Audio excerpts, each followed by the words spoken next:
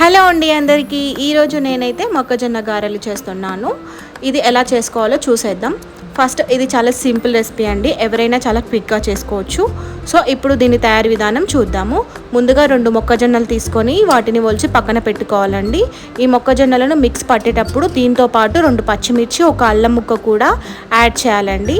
ఇలా యాడ్ చేసిన తర్వాత మనము కట్ చేసి పెట్టుకున్న సన్నగా తరిగిన ఉల్లిపాయ ముక్కలు, ఇంకా అలాగే కొత్తిమీర, అలాగే కరివేపాకు కూడా యాడ్ చేసుకోవాలండి. ఇప్పుడు ఇందులోకి టేస్ట్కి సరిపడనంత కారం, ఇంకా ఉప్పు, ధనియాల పొడి, కొద్దిగా గరం మసాలా, ఇంకా చాట్ మసాలా ఉంటే చాట్ మసాలా కూడా యాడ్ చేసుకోవచ్చు అండి, లేకపోతే స్కిప్ చేయొచ్చు, నో ప్రాబ్లం. ఇప్పుడు వీటన్నిటితో పాటు మనము ఒక 3 స్పూన్స్ శనగపిండి కూడా యాడ్ చేసుకోవాలండి. ఇంకా శనగపిండితో పాటు అలాగే 1 కప్పు బియ్యం పిండి కూడా మనము యాడ్ చేసుకోవాలి. మీ ఇంట్లో క్యాప్సికమ్ ఉంటే క్యాప్సికమ్ కూడా యాడ్ చేయొచ్చు. నేను ఇక్కడ క్యాప్సికమ్ స్కిప్ చేశానండి. క్యాప్సికమ్ కూడా చిన్న ముక్కలుగా కట్ చేసి ఇందులో కలుపుకొని చేసుకుంటే చాలా బాగా టేస్ట్గా వస్తుందండి. ఇప్పుడు ఈ మిశ్రమాన్ని అంతా బాగా కలుపుకొని పక్కన పెట్టుకోవాలండి. ఇప్పుడు ఒక ప్యాన్ తీసుకొని అందులో ఆయిల్ పోసుకొని ఆయిల్ బాగా వేడి చేసుకోవాలండి.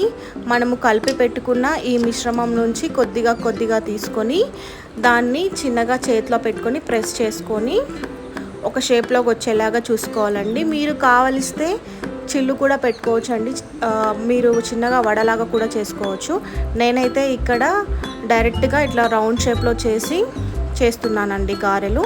మీకు కుదిరితే చిల్లు పెట్టుకొని కూడా చేసుకోవచ్చు అండి. ఇప్పుడు ఆయిల్ కాగిన తర్వాత అందులో ఇప్పుడు మనం చేసి పెట్టుకున్న ఈ మొక్కజొన్న మిశ్రమాన్ని అందులో వేసుకోవాలండి.